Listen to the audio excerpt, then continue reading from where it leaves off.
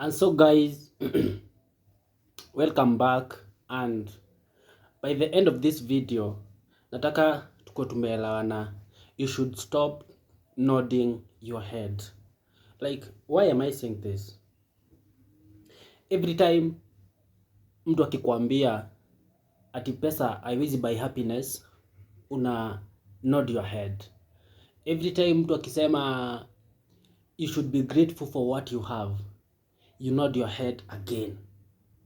And then you go right back, scrolling on TikTok, admiring houses you cannot afford, admiring cars you cannot afford, admiring lifestyle you cannot even fund. While you are in that beautiful, amazing house and apartment that you can afford. You know, guys, today we are talking about chapter 3 of the psychology of money, and it is called Never Enough. And it is not a lecture to the poor, but it is a warning to you who is winning and you are ruining your life in any way. Like guys, hebu tulizane. Sai rafiki yako akiwa ana win, hii itakuuma vibaya sana. Pia wewe ukiwin hutafurahia. Na hiyo ndo swali yenye hatujaitaka kujiuliza. Hakuna mtu ashaitaka kujiuliza hiyo swali. Like, let me give you a story of mtu moja but in different time. Huyu mtu anaitwa Mark. So Mark ana earn 60,000, rafiki yake ana earn 40,000. Mark ana feel he is very rich, ana live life enye ana afford, ana buy vitu cheap, anaenda vacations enye ni cheap, like ana live away below his means. Usiku ana kama mtoto, like usingizi anaipata vizuri. 10 years later, Mark ana earn 1 million. Rafiki yake ana earn 1.2 million. Mark ana feed, he is very poor. Ananunua gari sorry, enye kufinance inamshinda. Ana adopt your lifestyle enye ni very expensive. Usiku hawezi pata usingizi akijaribu kufikiria mambo mengi. And so guys, according to this book, according to chapter 3, happiness is equals to what you have divided by what you expect. Like, kwa hiyo kesi ya Mark, even if what you have doubles but what you expect triples, you would feel that you are yani utafeel wewe ni maskini kuliko vile ulikuwa juu kenye ulikuwa na earn, yes ime double but your expectations ziko away high than unaweza kuzifikia. Let me give you a story of a man who lived in this nightmare. Alikuwa anaitwa, he was an Indian man.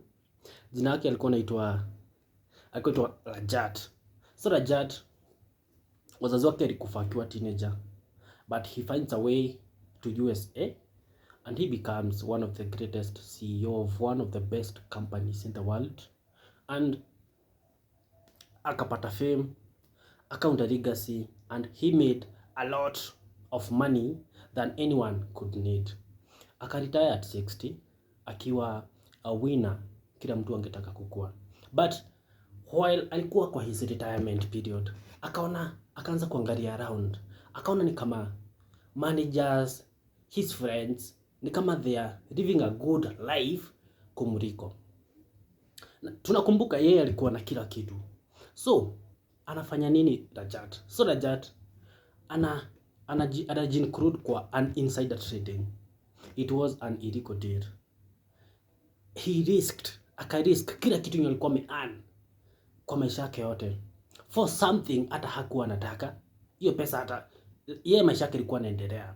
So even the money he was getting out of the deal, he did not need the money, but it was because it is never enough. Money is never enough.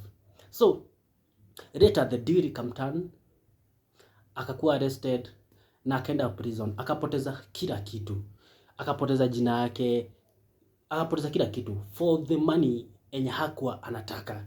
Like, you know, chapter 3 inasema there's no need of risking what you have and need to something you don't have and you don't need. Acha nikuulize kitu. At a time ushaitaka kuwa na pesa, ukasave ukafikisha hiyo amount ulikuwa unataka. After ushaifikisha, then your pesa ina disappear out of nowhere, hata hujui mahali imeenda na umeisavia for all that time. Hapo ndo na realize shida haikuwa pesa, shida ni wewe. There's something kwa chapter wanaita hedonic treadmill. This is a state where your mind inazoea kitu very fast. Hiyo furaha hautaifeel for a long time. So uta keep running but uta get tired na hakuna kitu ita change. Kila kitu itabaki the same. So what are we supposed to do? You know, there is a goalpost of how much is enough for you. If that goalpost keeps moving, usipoifix kwa ground, useme nafaa nikifika hapa, this one is what is enough for me. Like tumeona, if today mtu akupe 10 million, okay, sisemi utaacha kununua vitu, tusemi utaacha kazi, but utaacha kutafuta pesa zingine. Of course, sisi wote tutasema tutaendelea kutafuta pesa zingine. So the problem is not money. The problem is where to stop. Shida si eti ni pesa tunataka. Shida ni tutasimamia wapi. Like, if today, leo kusema unatafuta 1 million, the moment utapata hiyo 1 million, akili yako tena itasema inataka 1 billion.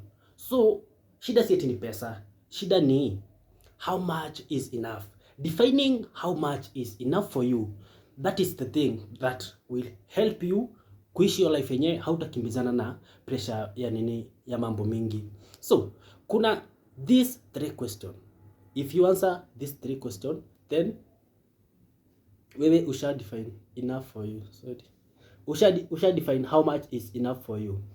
Swali number 1, unafaa ujiulize, which is the number of money in your bank account enye itafanya ukue safe. Si kuwa rich, kuwa safe. Kuwa safe ni kumaanisha you can pay for your bills, emergencies unaweza zikita, anything kitokea unaweza ikita. That is the amount of money yenye unafaa kuprotect. Yes, that is the amount of money that you should protect, because that is what is enough. You can pay your bills, you can pay for anything that you want, emergencies zikitokea, you can pay for them. So what is the number? If you answer that question, that how much is the number in your bank account, that ukiwa nayo, your bills, everything is sorted. Number 2, how much is the number of money yenye kuwa nayo itafund hiyo lifestyle yako, na hata upate pesa zingine haita change your happiness. Ni pesa ngapi ukiwa nayo, hata uongezo zingine lifestyle yako itaendelea na hutaacha kuwa umefurahia. That is question number 2. Jua the number yenye itafund lifestyle yako. Jua the number yenye uko safe ukiwa nayo. Number 3, and the most important question yenye unafaa kuanza, what is that thing that you cannot do for money? Ukishafika to a point that there's some things that you cannot do because of money, that is the wealth that you should protect. You have enough money to cater for you. You are not desperate for more money, because tumeona, like the book is saying, the opposite of enough is not true.